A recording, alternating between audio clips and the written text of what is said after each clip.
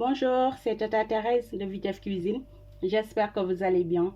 Bon, aujourd'hui, on vous présente des brochettes avec du foie. Tay dañ leen indil tay nak ay brochettes yi nga xamantene dañ koy def ak foie. Et pour faire notre recette, on aura besoin du foie. Gis ngeen déjà foie bi dañ ko jël ñu découper ko déjà pour gagner du temps aussi. On aura besoin des oignons. Ça c'est pour faire une sauce passe-partout bi nga xamantene mën nga ko lekk ak lo bëgg. On aura besoin aussi des carottes. Carotte bi c'est déjà râpé, dina ko ci soxla tamit. On aura besoin, ça c'est un mélange de poivron et de maïs doux et aussi des oignons. Li dama koy défar li nga xamantene dama koy mélanger ak sama mayonnaise.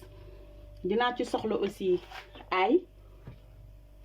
Dina ci soxla tamit, ça c'est la sauce verte bi nga xamantene defal na ko fi bu yagul, dina ko ci soxla. Dina ci soxla tamit mayonnaise, ça c'est de la mayonnaise, c'est déjà préparé. J'aurai besoin aussi du poivron, ça c'est pour les brochettes. Dina ci def tamit de la laitue, wanuma len ko mais après dina ko génné. Dina soxla tamit samay bâtonnet de brochette yi la ci yor tay. Et sans plus tarder, on va commencer. Waaw légui gis ngeen, maintenant on va mettre juste un peu de sel.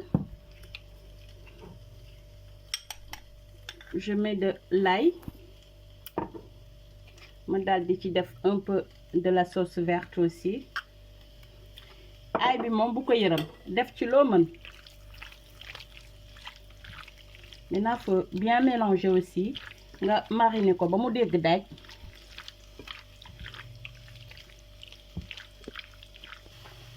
Légui damay ñëw, je vais juste mettre un peu d'huile d'olive.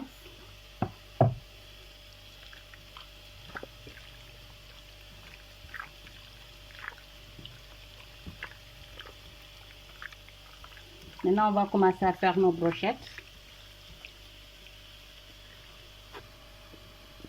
Waa léegi gis ngeen dañuy ñëw commencer defar suñu brochette. Léegi damay jël poivron. Boo ci mënta def rek. Après ma jël foie bi.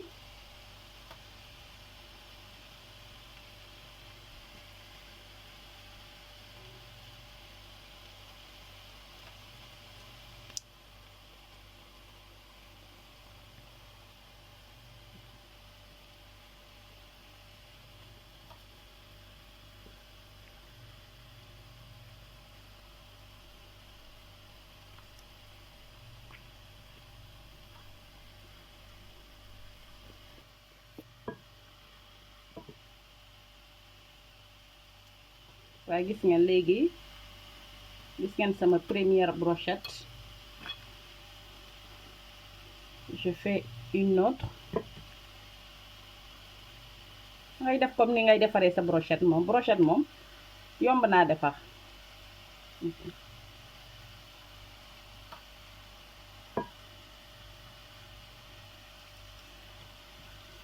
Léegi nag nii lay procéder ba ma pare samay brochette. Après ma ñëw won leen na laa koy lakkee.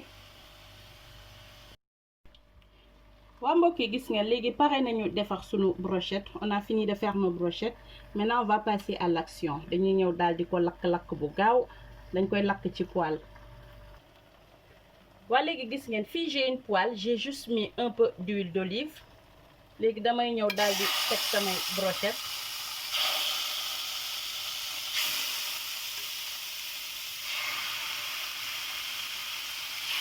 Bu la neexee aussi mën nga ko lakk ci sa grillage. Léegi nag danga koy tourner, xam nga foie dafa gaaw a ñor. Danga koy tourner de temps en temps. Waa mbokk yi gis ngeen avancement bi. Léegi damay ñëw ma rajouter ci. Gis ngeen lii moo nekk sama sauce verte bi. Ma koy daal di def ci kaw rek.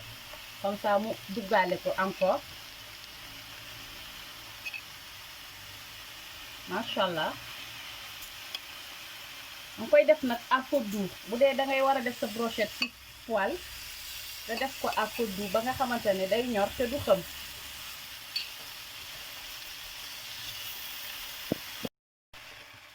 Waa mbokk yi gis ngeen léegi dañuy ñëw daal di commencer defar suñu sauce passe-partout bi. Ci dama fi def juste oignon bi, léegi damay ñëw daal di def un peu d'huile d'olive.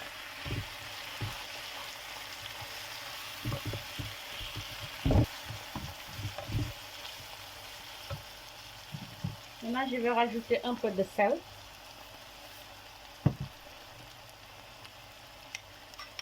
Je mets de l'ail haché. Ail bi moom am na lépp. Il y a du poivre, il y a des épices. Voilà, gis ngeen sauce bi, gis ngeen, machallah, sauce baa ngi avancé. Maintenant, on va juste rajouter de la moutarde. Au fait, j'ai mis aussi un peu de feuilles de laurier.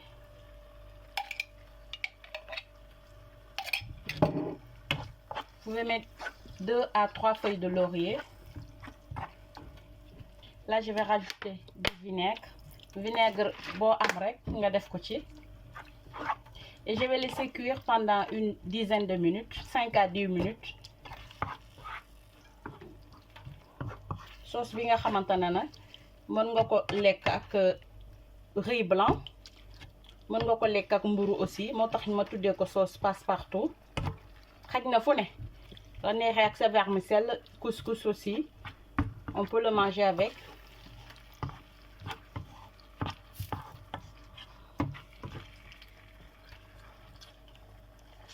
Maintenant, je vais laisser cuire pendant 5 à 10 minutes. Daanaka sauce bi ñor na ba pare.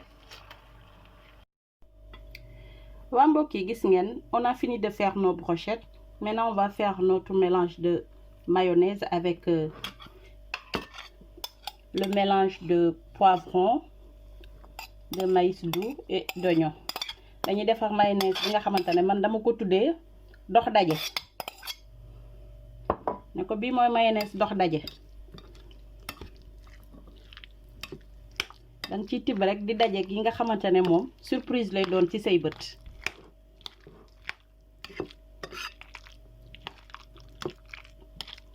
Après dang ciy yokk juste tuuti poivre du moins.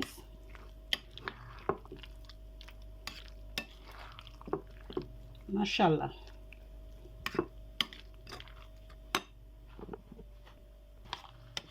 J'ai rajouté juste un peu de poivre.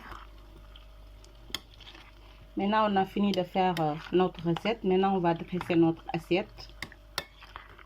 Léegi dañuy ñëw nag daal di defar sunu assiette. Ma ne ko lii moom dangay am sa reer bu gaaw, même pas 10 minutes nga pare sa reer. Léegi dañuy ñëw dresser nag. Waa mbokk yi gis ngeen, machallah xool leen tey sunu brochette de foie bi rek. Xool leen moom lii moom jar na lu ne yéene naa leen ko nag wax dëgg fa yàlla sama cheikh abonné yi.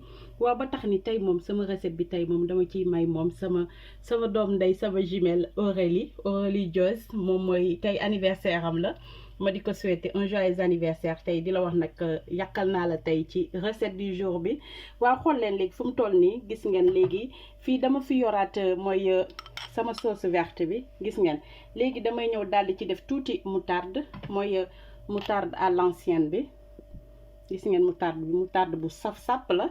Léegi dama ko ciy def juste tuuti rek benn kuddu. mu koy mélanger ak sama sauce verte bi mu jox ko aussi beneen goût. Léegi su ko defee nag damay ñëw rek daldi lal basang ci sama brochette yi machallah ko defee nga am lu bari. Lu ngeen wax tey ci recette bi nag nee naa leen ak 15 août bi moom dara du sedd ak vitef dina leen accompagner ci seeni waañ.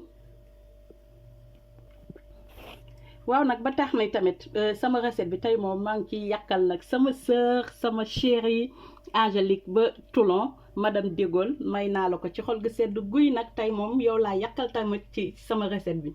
Di ko yàkkal aussi sama benn sister mi Evelyne Mendy ak yaayam mi nga xamante ne mère bi daf mooy suivre maman yàkkal naa la recette bi. Di ko yàkkal tamit Niki Mendy sama sister boobu ak Élysée yàkkal naa la ko. Di leen ko yàkkal yéen surtout sama chers abonnés. Di ko yàkkal aussi mon petit frère William fële ca Dakar Pikine. Ma di leen jox dig daje fii ak beneen yoon ak beneen recette fii ci Vitef Cuisine. Et sans oublier nag ngeen di abonné di partager surtout di liker. Albert Coly yàkkal naa la recette bi bu baax a baax merci.